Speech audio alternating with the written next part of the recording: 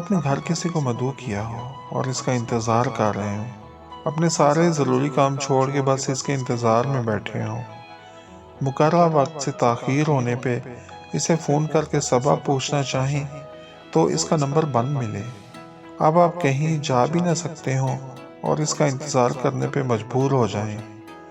2-3 گھنٹے بعد جب آپ کی قوت برداشت جواب دینے لگے تو وہ شخص آ جائے اور آتے ہی یہ کہے، سوری میں تو گھر سے چلنے لگا تھا لیکن گھر مہمان آ گئے جس کی وجہ سے دیر ہو گئی، آپ کا فون بھی بند تھا، میں نے کئی بار کیا۔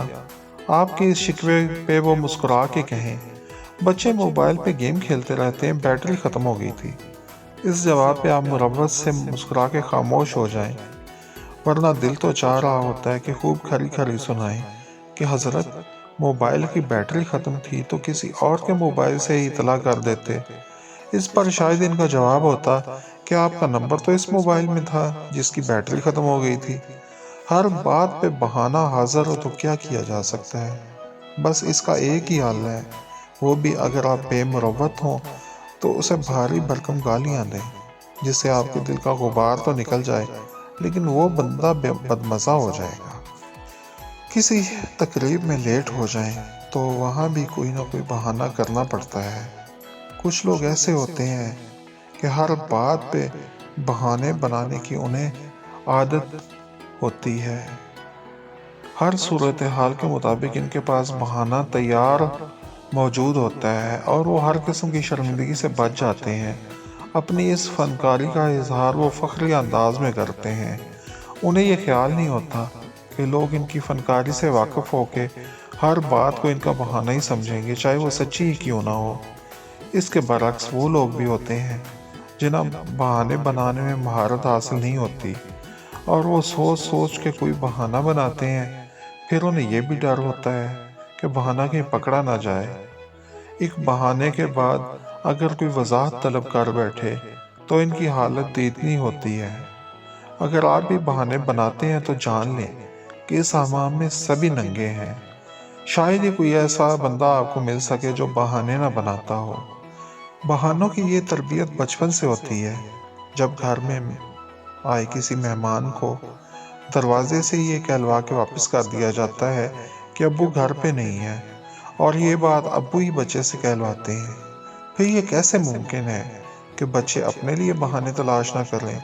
شروع میں ان کے بہانے بڑے کچے ہوتے ہیں اور صاف پکڑے جاتے ہیں، اور والدین ان بہانوں پہ خوش ہوتے ہیں، کھلکھلا کے ہنستے ہیں۔ بچے سزا سے بچنے کے لیے سکول میں بہانے کرتے ہیں، والدین ہی ان کی چھٹی کروانے کے لیے طبیعت خرابی کی درخواست سکول بھجواتے ہیں۔ بچہ کہتا بھی ہے کہ ابو میں تو بیمار نہیں ہوں، پھر آپ نے ایسا کیوں لکھا؟ تو ابا جی اسے سمجھاتے ہیں کہ چھٹی لینے کے لیے یہ لکھنا ضروری ہے۔ اردو کی گرامر میں بھی چھٹی کی درخواستوں میں رخصت برائے ضروری کام اور رخصت برائے بیماری ہی ہے۔ کسی گرامر میں مصنف نے بہت تیر مار لیا تو شادی میں شرکت کے لیے رخصت یا کسی کی وفات پہ رخصت دے دی، بغیر کسی وجہ کے چھٹی۔ کوئی خاص وجہ ہے ہی نہیں، بس چھٹی کرنی ہے۔ رخصت برائے دل کے کہنے پہ چھٹی، رخصت برائے ٹی وی پروگرام، گھر بیٹھ کر ٹی وی پروگرامز دیکھنے ہیں اس لیے چھٹی۔ رخصت برائے اکتاہٹ، روز سکول جا کے اکتا چکا ہوں اس لیے رخصت۔ رخصت برائے اداسی، اداس ہوں اس لیے رخصت۔ رخصت برائے دفاع، ہوم ورک نہیں کیا لہذا مار سے بچنے کے لیے رخصت۔ رخصت برائے موسم بہت اچھا ہے، بارش ہو رہی ہے اس لیے رخصت۔ ایسی درخواستیں کبھی آپ نے دیکھی ہیں؟ زمانہ سکول کی بات ہے، ایک بار چھٹی کرنے پہ جب کلاس انچارج نے پوچھا کہ درخواست نہیں بھیجی، چھٹی کیوں کی تھی، تو ترنگ میں آ کے میں نے کہہ دیا، سر دل کیا تھا چھٹی کرنے کو اس لیے کر لی۔ وہ کچھ دیر تو مجھے ایسے دیکھتے رہے جیسے انہیں میری دماغی حالت پہ شک ہو، پھر دوبارہ انہوں نے وہی سوال کیا تو میرا پھر وہی جواب تھا۔ انہوں نے میرا ہاتھ پکڑا اور سیدھا ہیڈ ماسٹر کے پاس لے گئے۔ ہیڈ ماسٹر صاحب کو سارا ماجرا سنایا۔ ہیڈ ماسٹر صاحب نے مجھ سے پوچھا تو میں نے انہیں بھی یہی بتا دیا کہ بس چھٹی کرنے کو دل کر رہا تھا، بادل آئے ہوئے تھے اور مجھے لگتا تھا کہ بارش ہوگی، اس لیے چھٹی کر لی۔ ہیڈ ماسٹر صاحب کو ہنسی آ گئی، تب تو جان چھوٹ گئی۔ لیکن کچھ دن بعد جب ابو مجھے چھوڑنے سکول آئے تو ہیڈ ماسٹر صاحب سکول کے گیٹ پر ہی کھڑے تھے، ابو سے ملے اور کہنے لگے، آپ کا بچہ بڑا منچلا ہے۔ تب مجھے لفظ منچلا کی سمجھ نہیں آئی تھی۔ یہ بہانے بازیاں کہیں باہر سے نہیں آتی۔ اگر والدین بچے کو کہیں کہ تم نے کبھی کسی سے بہانہ نہیں کرنا، جھوٹ نہیں بولنا، تو مجال ہے بچہ جھوٹ بول جائے۔ لیکن ان سب کے لیے والدین کو بھی ویسا کچھ نہیں کرنا ہوگا جس کے لیے بچے کو منع کرتے ہیں۔ یہ بہانے بازیاں وقتی طور پہ ہمیں بچا لیتی ہیں، لیکن یہ بچت بھی ہمارے لیے نقصان ہی ہوتی ہے۔ ہم بے دریغ جھوٹ بولتے چلے جاتے ہیں، نامہ اعمال میں گناہ بڑھتے چلے جاتے ہیں۔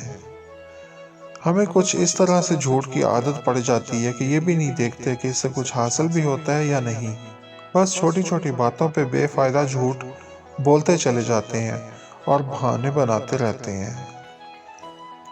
موجودہ دور میں تو بہانے کچھ اس روانی سے چل رہے ہیں کہ بہانہ بنانے والوں کو تو پتہ ہی ہوتا ہے کہ جھوٹ بول رہا ہوں، بہانہ سننے والوں کو بھی پتہ ہوتا ہے کہ یہ جھوٹ بول رہا ہے، لیکن وہ بھی خاموشی سے سن لیتے ہیں، کیونکہ دوسری کئی بری عادات کی طرح بہانہ بازی بھی ہماری زندگیوں میں کچھ اس طرح سے شامل ہو گئی ہے کہ کبھی کبھی تو لگنے لگتا ہے کہ بہانہ بازی بھی ایک روایت بن چکی ہے۔